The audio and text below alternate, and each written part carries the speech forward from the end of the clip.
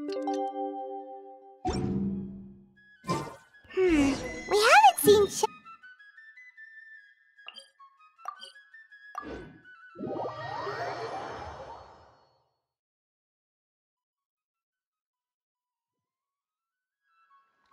Well, guess there's no point in worrying about...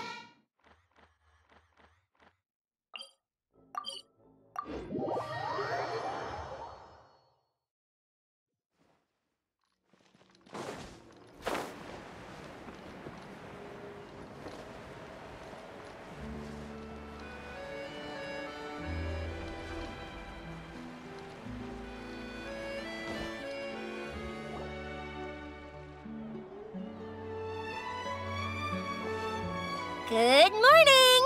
Hayaka and I were just talking about you. Is Chevra still not joining us today? Probably not. We haven't seen her either. Huh? That's such a pity. Director Farina said that we've only got a few small scenes left before wrapping up the entire thing. She even said that she'll get me into a couple scenes, so everyone will have a chance to shine in front of the camera. We were also planning on having a victory feast once we're all finished filming. You can join us, right?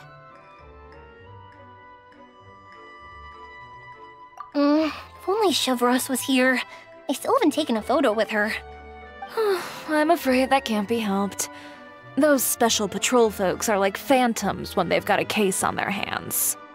But to be honest, I'm even more concerned by what I read in the Steambird earlier this morning. It said that the killer in the murder case was none other than the author of the Two Musketeers. Oh yeah, I heard about that too. He came forward and confessed his crimes, but gave no explanation as to why he pulled the trigger. We didn't know about this case at all when we joined the film. Is it going to affect the reception of our work? From a pure publicity standpoint, this will draw a lot more attention to our film.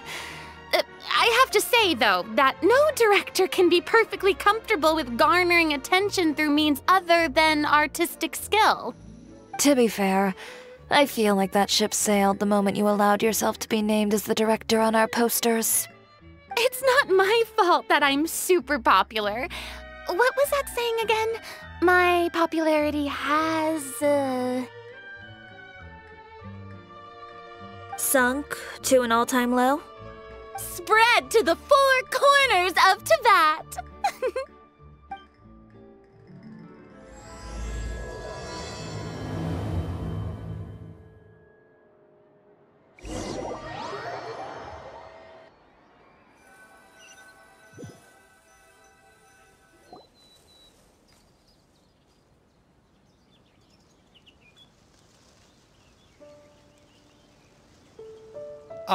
Excuse me, everyone. Xavier! Feels like it's been ages since we last saw you. I've been talking non-stop with the Film Association, and I'm absolutely swamped trying to coordinate the film's marketing. So forgive me for not being around more often, but please believe me when I say that I will make sure everyone's hard work gets the exposure it deserves. Oh, seems like you've been fighting your own battles. Yes, that's one way to put it. Oh, and before we begin the final round of filming, please allow me to finally introduce you to the original investor of our film, Mr. Morris. A pleasure to meet you all. Yes, glad to make your acquaintance, Mr. Morris. We've heard about the issues you've encountered with your financial situation, and genuinely hope that things have taken a turn for the better. Oh, well, the situation has, indeed improved somewhat. Don't worry, Mr. Morris. Accidents and last-minute challenges happen all the time. There's no need to blame yourself over it. The good news is that we're almost done filming now, and I would even say that this is the best story I've ever seen. Is that so? I see, that's great news. All right, now that we've gotten all the pleasantries out of the way, let's get the show on the road.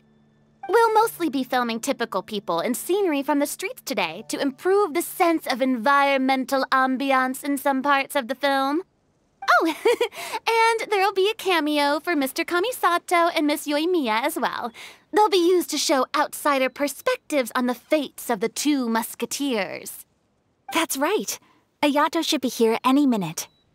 Excellent! Then let's start with the scenery shots. Camera and clapper loader, you're up. Yep, we'll be ready. Remember, all we need are some wide zoom shots of the streets. If you happen to find some particularly lovely patches of flowers and grass, feel free to grab some close-ups of those as well. Ready? Lights! Camera!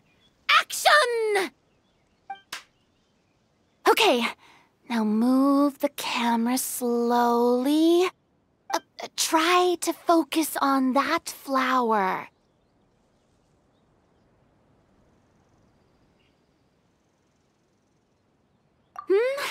What's wrong? Just adjust the focal length a bit.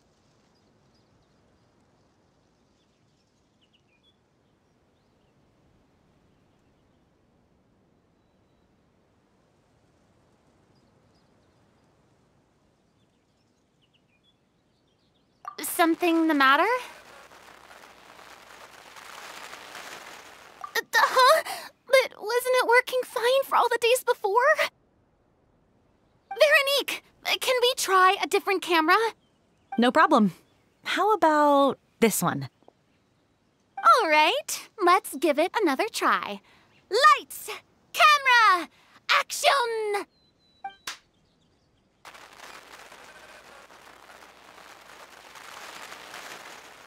Don't tell me. This one is broken too? Veronique, do we have any other spare ones we can use? I'm afraid we only brought these two today. What? Then go find a workshop to get them repaired right away. Oh, and you too, Bono. Go find our spare camera in the warehouse and bring it back to the set. On it. Greetings, everyone. My apologies for the delay. Is something the matter, Ayaka? It seems like there are some issues with the filming equipment today. We're stuck for the moment. I see. Well, let's not just stand here twiddling our thumbs. Actors, to the makeup booth. We'll start on the next scene as soon as we get a working camera. The people at the workshop told me that the part which holds the lens in place seemed to have fallen off.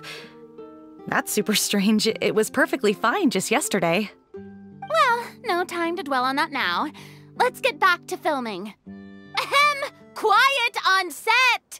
Places, everyone! Lights! Camera! Action! By the way, have you heard about that recent murder case? Yes, I have. It seems that they've caused quite the commotion in the city. I heard that the chief of the guards is so mad about not catching the culprit that he's about to explode. Oh? I find that quite hard to imagine, considering how he already looks most days. Director, we have a problem. Oh, we're in the middle of a take! Couldn't you wait until we wrapped up this scene? No, Director, our film, all the finalized film that we've been keeping in the case has disappeared. Oh, wait, well, what did you say? Mr. Bono, please take me to where the film was kept right away. I'm coming too. No, Yoimiya, you have to stay here. Oh. Okay, listen up. Everyone who's not working on this current scene can go with Bono to look for the film. Everyone else, stay put and wrap up the scene. Unbelievable. How could all these problems happen in just one day? We're back. How did it go? Did you find the film? We found it in the sewers. Huh? In the sewers? Is the film still okay? We discovered it just in time, so we should still be able to salvage it. The others are checking now to see if we lost any specific scenes. Oh, you scared me for a moment there. I nearly thought we had lost everything. I really don't want to experience that feeling of despair again. Okay, but who could have stolen the film and dumped it there? Could it be, some competitors working on other films? But if they wanted to harass us, why wait until the last day? Okay, we don't have time to really look into it right now. Let's strike while the iron is still hot and wrap this thing up once and for all. Yeah, let's finish it.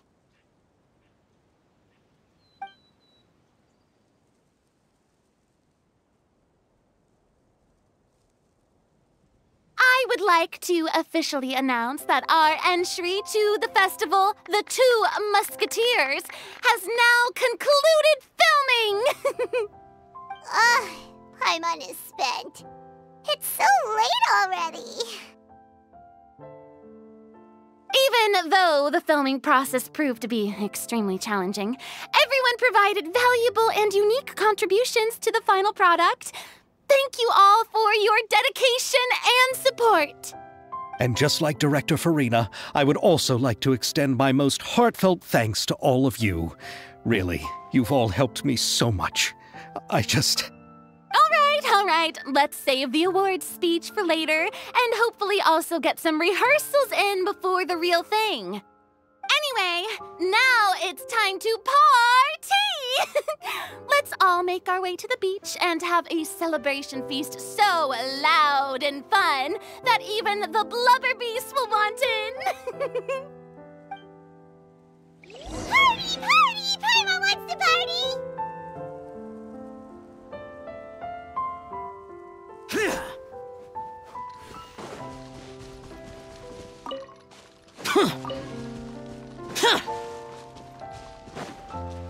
Whoa, this place is hopping. Everyone's final. Hey, Ayato! How's your work been going? Everything went rather smoothly. Thank you for your concern. Ayato told me that we've already confirmed the dates for some Inazuma Fontaine cultural exchange events. So the next time we visit, we'll be doing so in our capacities as the representatives of the Yashiro Commission. Oh, that's great! Then maybe Paimon will be able to find Fontaine detective novels in Inazuma from now on! Oh, wait. Wouldn't Yaimiko get upset if that happens? That would be stealing some of her business. You've got a point. She's always complaining that light novels have become bland and too predictable after all. The cultural exchange won't only feature literatures of both nations, of course. We have also made plans for cross-cultural engagements in the fields of gourmet cuisine, toy making, and artisan craftsmanship. Whoa! Paimon's getting super excited now! When the time comes, be sure to visit and participate in all the events.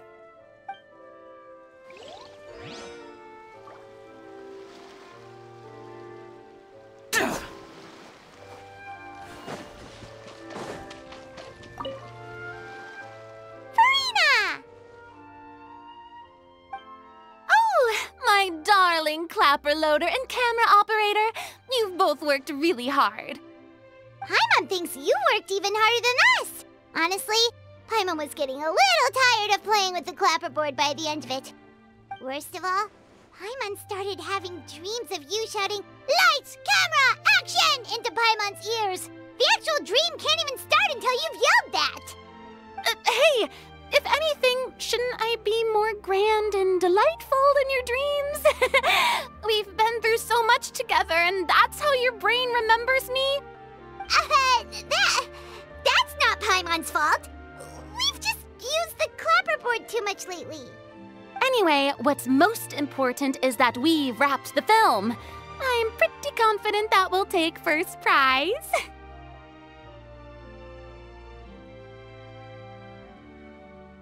Hey, no need to mention the official name. Wait, now that you mention it, if we did win the prize, would Farina just get a statue of herself? Come on, I don't need that kind of attention. Xavier can accept the reward on our behalf. But just imagine! Farina, accepting the Farina Award and holding a Farina statue. I'm going back to my dessert now. You all can keep discussing that on your own.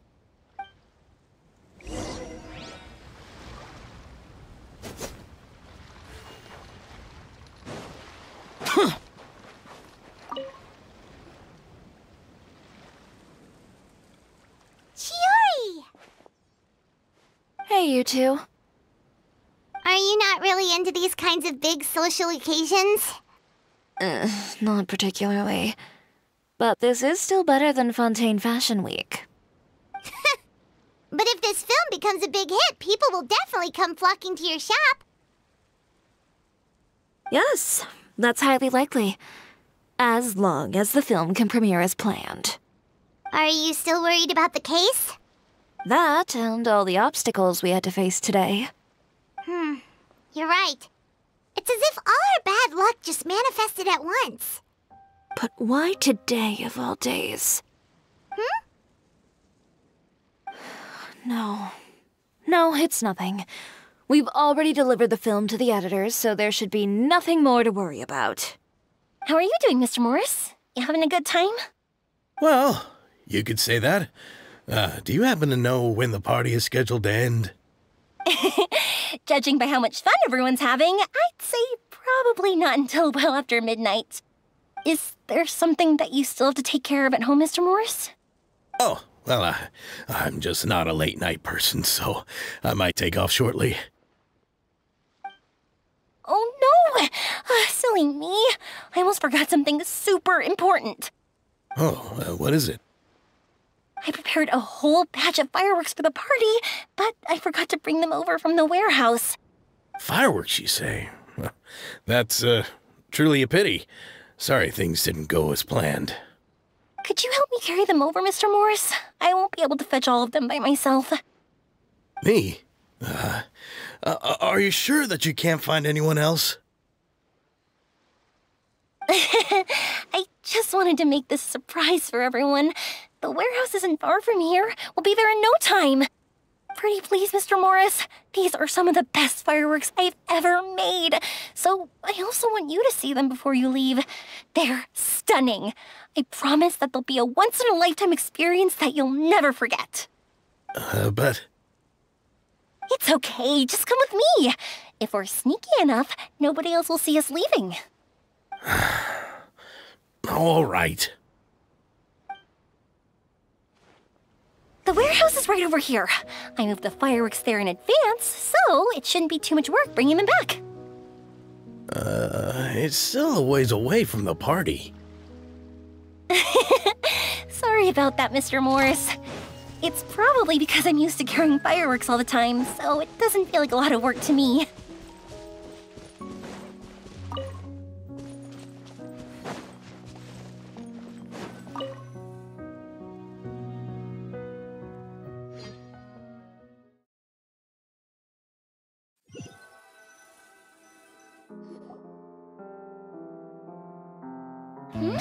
It's dark in here.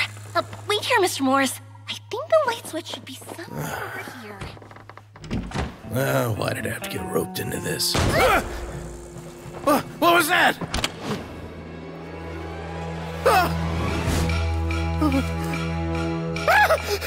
Who's there? Get me out! Get me out of here!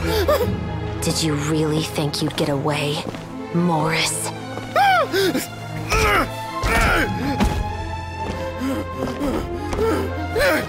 You've got the wrong guy! It wasn't me! I'm not the killer! You know, Eliza died a far more heroic death than this. She fought your assassin to the end, to save the children she had hidden beneath the floorboards.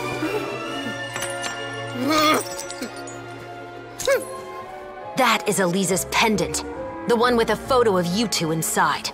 The one you gave her. Ring any bells? It's a fake! It has to be! There's no way! No way your assassin didn't destroy it, you mean?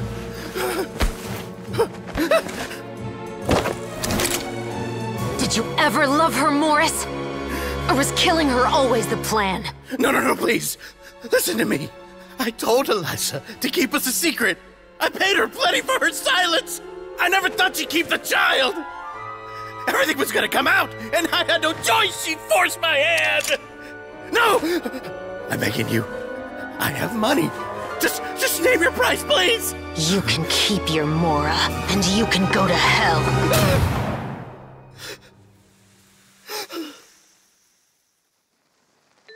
I'm Captain Shovraz of the Special Patrol. Morris, you're under arrest for Eliza's murder. Huh?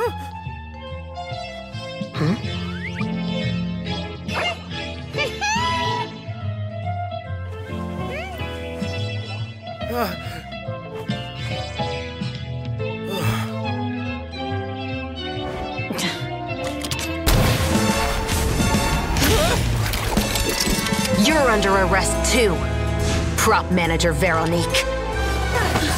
Or perhaps I should call you the Second Musketeer.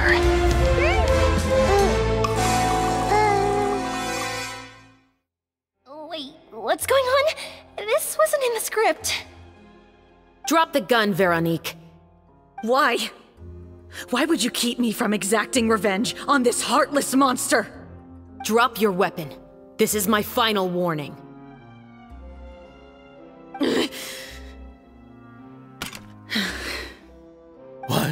What is going on? Do I have to spell it out for you, Morris?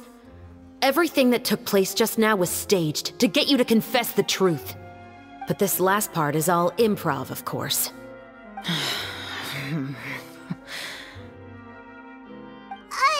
Shovraz, you told us you wanted us to help you stage a play. You never said anything about the Second Musketeer. It's because even I had no way to confirm my theory until now. Thank you for your performance, Yoimiya. Could I trouble you to go and bring in the other Special Patrol members? They should be on standby just outside. Oh, and please tell the other cast members not to worry about us. We'll be rejoining them shortly. On it!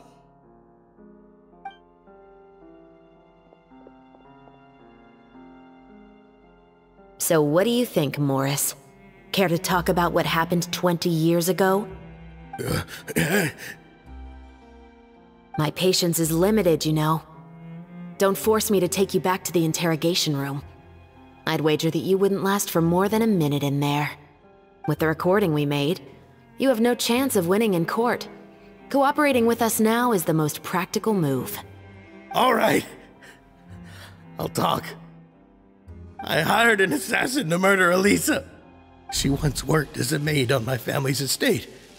She was very beautiful, and after some time I fell for her.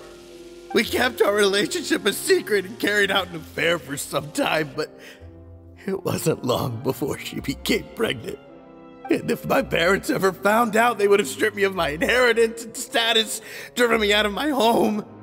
I also didn't expect Eliza to insist on bringing the pregnancy to term. She even asked me to leave my family and travel far, far away with her. She believed that you were truly in love with her. I didn't have a choice. I gave her a large sum of Mora, told her to leave the family and to get rid of the baby. But then years later, she sent me a letter. There were photos of 2 children, and she even asked if I could find some time to visit them. Huh? 2 children? Paimon thought Baptiste was the only... you mean... Even if she had the children against your will, you could have just ignored the letter entirely. Why kill her? I had just gotten engaged to be married to an heiress from another wealthy family. So if anyone were to find out about Eliza, my life would be completely ruined. I didn't have a choice. No, you always had a choice. You just made the wrong choice. Again. Do you know how it feels to watch your mother be killed right in front of you? My brother and I were hardly even school age yet. We were hidden beneath the floorboards, grasping each other's hands like a lifeline. We were so terrified that we didn't even know we could ever take a breath. All we could do was to watch Mother try to fight back, and then collapse to the floor. Even after the assassin left, we were still too terrified to leave our hiding spot. We thought that he might come back.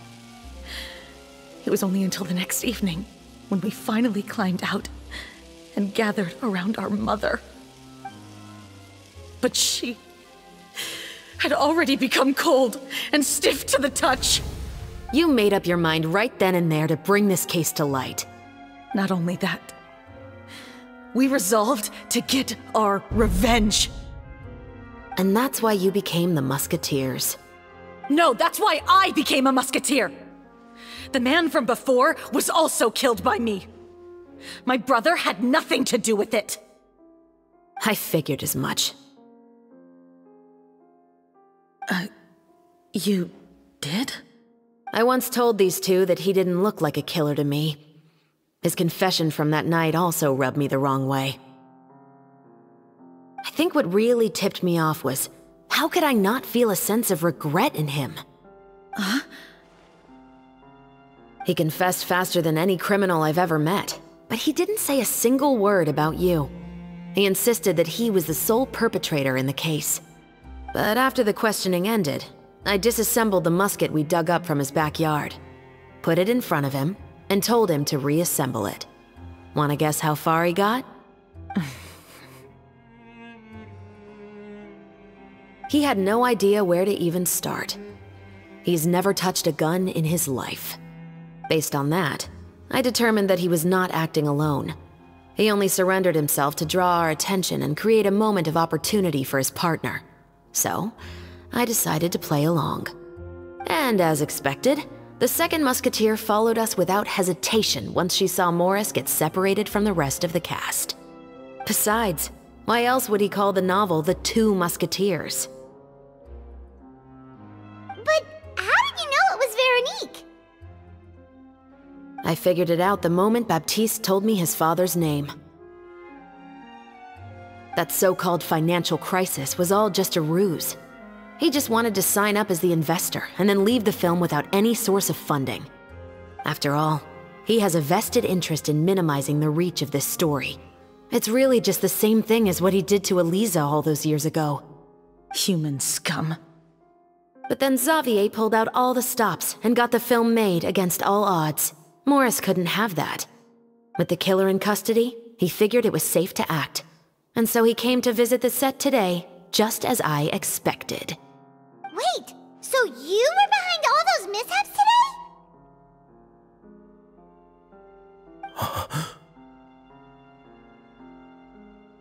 As for the identity of the second Musketeer, I assumed they'd probably stay close to Morris and look for an opening. And if they already knew that Morris was the film's investor, then that narrowed the list of potential suspects as well. Furthermore, being the props manager would allow the culprit to avoid scrutiny by purchasing mechanical parts in the name of the crew. With that hypothesis in mind, I went back to check Baptiste's orphanage adoption records. Guess whose name I saw on the same page, just a few lines from his. My brother. He trusted you. As in, he trusted me to perform the deed on his behalf? He trusted you to stand on the side of justice. I am. I thought you could do it as well. Oh, the look on your face when you told him to go to hell. I really thought you'd put a bullet in his brain. You know what he has done. Are you telling me that you'd rather see him spend the rest of his life living like a king in the fortress of Meripede? I will never be able to forget the feeling of my mother's cold, lifeless hands. And you would call this ending fair? Is this what you call justice? I won't lie, Veronique. I did hesitate when your brother first told me about the truth. I wondered. I agonized over whether I should really put a bullet in his head. So why don't you? Because that should never be how justice is carried out in this world. Perhaps, to you, justice is simply reciprocated, an eye for an eye, and a life for a life. But everyone has their own understanding of justice. If If everyone were to pursue their own definition of it, there would be no more order in this world.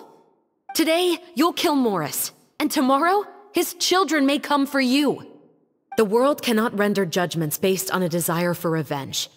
That will only lead to a cycle of revenge, as well as the destruction of order and civilized society. Fontaine is founded on a set of laws and a standardized code of justice. That is why we are the nation of justice.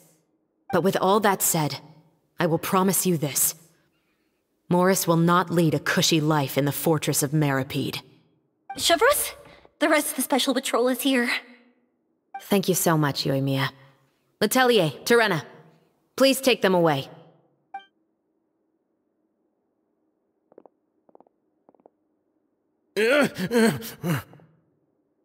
I still can't agree with your reasoning. I know. Justice has not been delivered.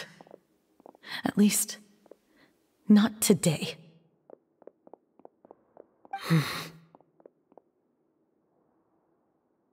Chevreuse. Let's go. We should give an explanation to the crew.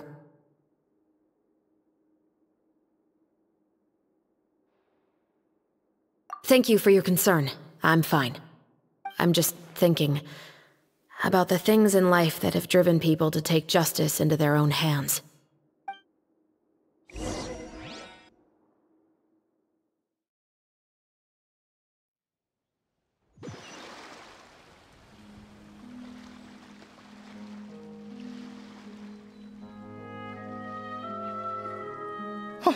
Who would have thought Morris would turn out to be...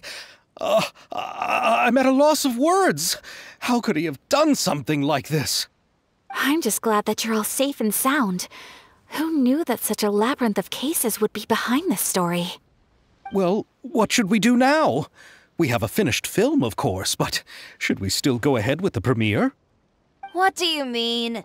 Shouldn't you be even more motivated to spread the word now that you've learned the truth? Chiori is right. I'd also like more people to see this story for themselves. But the real ending of the story seems to have deviated somewhat from the one in the script. Is that still acceptable to you, Miss Chevreuse? The call is yours. We still have time to reshoot an ending if that's what you'd like. No, it's fine as is. I like what we have for the catharsis. Romanticism is what gives works of art their appeal. Fiction is able to explore means of restitution that could never work in real life. Just like the real world, the world of stories also has its own set of rules and justice. These different possibilities are what initially drew me to reading in the first place. Sounds good to me. I support your decision. What about Veronique? Will she be okay? She will soon face her judgment alongside her brother and Morris. If I had to guess, they'll probably all be sent to the fortress of Meripede. I'll make sure to give Risley a heads up about it. Oh, you mean that kind of heads up? Exactly. Ahem. All right, then the matter's settled. Now that everything's been taken care of, there's no reason for us to keep looking all gloomy and grumpy. Let's get back to the feast and enjoy each other's company. We'll be starting the post-production process tomorrow. You should join us, Chevreuse. You missed the first few hours of the party, didn't you? All right. Count me in. Then I'll wait for you over there. There's still some good news that I'd like to share with Chevreuse. Traveler, Paimon, could you wait for me by the sea after the party ends? I'd like to go on a brief walk with the two of you.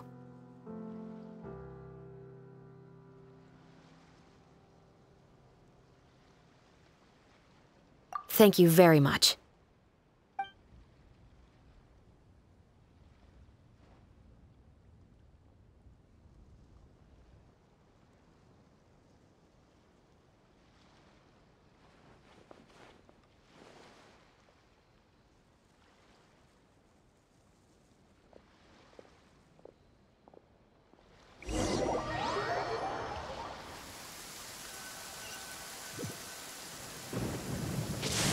Sorry for the wait. Oh, we weren't waiting long at all. Is there something else you wanted to tell us? No, I don't have anything new to share. I just felt that since you were my investigation partners, I should have another conversation with the two of you.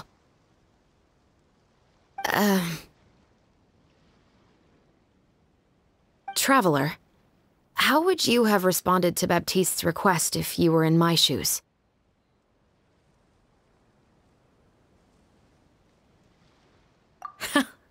Just like the protagonist of the story, huh? Can't say it doesn't suit you. When I was young, my father often took me here to swim. We'd come rain or shine, even when it was freezing cold. He told me that swimming was the best activity to train one's strength of will. You could never give up before reaching the shore, especially when the water was cold. Oh? Why's that? Because the moment you give up would be the moment you die. At that point, I still hadn't received my vision. One winter, the chilly wind felt almost like knives on my skin, and the seawater was so frigid that it numbed my toes the moment I stepped in. I cried and begged my father to spare me from having to swim across, but he wouldn't listen. He used to be a member of the Special Patrol as well. You could say it was his way of educating his children. That sounds awful. When he saw that I wouldn't stop crying, he just picked me up and tossed me into the icy water. The bone-chilling cold took away my senses. I couldn't feel anything but fear and rage.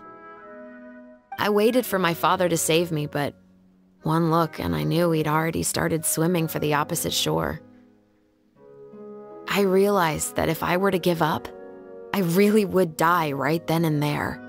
I used all of my strength to try and catch up to my father. Those few minutes felt longer than my whole life up until that point. I did, however, make it to the other side. I've never felt afraid about anything in my life after that, nor have I ever cried again. That way of teaching would have never worked on Paimon. Yeah, I don't think that was the right method for anyone. It's just that, working now as I am in the pursuit of justice, I still sometimes feel like I've been tossed into that winter sea all over again. The anger and the helplessness. Chevreuse. But the worse I feel, the more I know to never give up. The alternative would be to forever lose myself among the waves. Anyway, how about a race? Neither of us will drown, but we can still see who swims faster.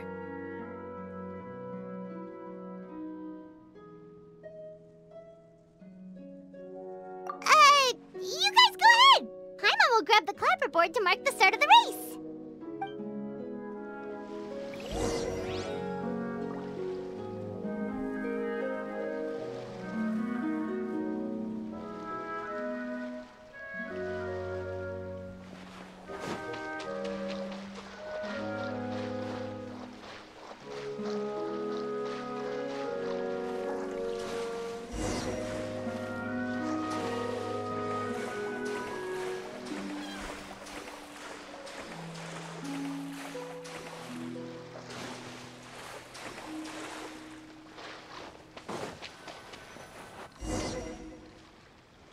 Whoa, that felt good.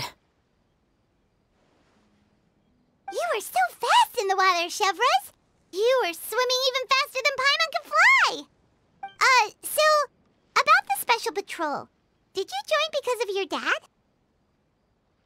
Partly, but I'd say I was more inspired by the heroes I read about in stories growing up. Oh, so it's due to your love of stories. Of course, it was only after I joined the Special Patrol that I learned that truth is often stranger than fiction.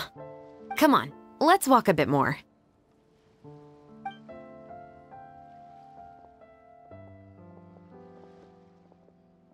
To be honest, I do sometimes question whether the decisions I make are the right ones. But I know that no matter what, I must keep swimming. Because the only thing I've got my eyes on is the shore in the distance.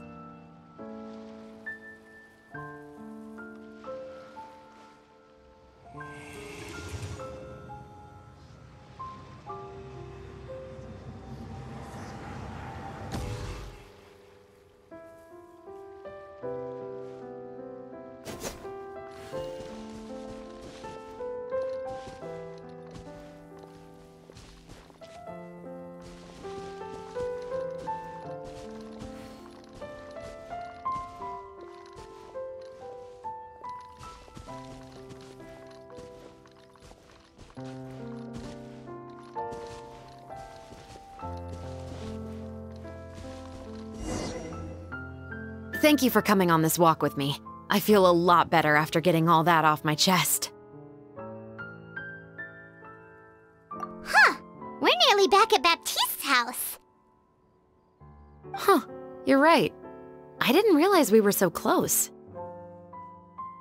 He really did plant a lot of flowers. It's just like how he described it in the story. Huh? Wait. Paimon, Traveler, look! The rainbow roses in the garden. They're in full bloom now.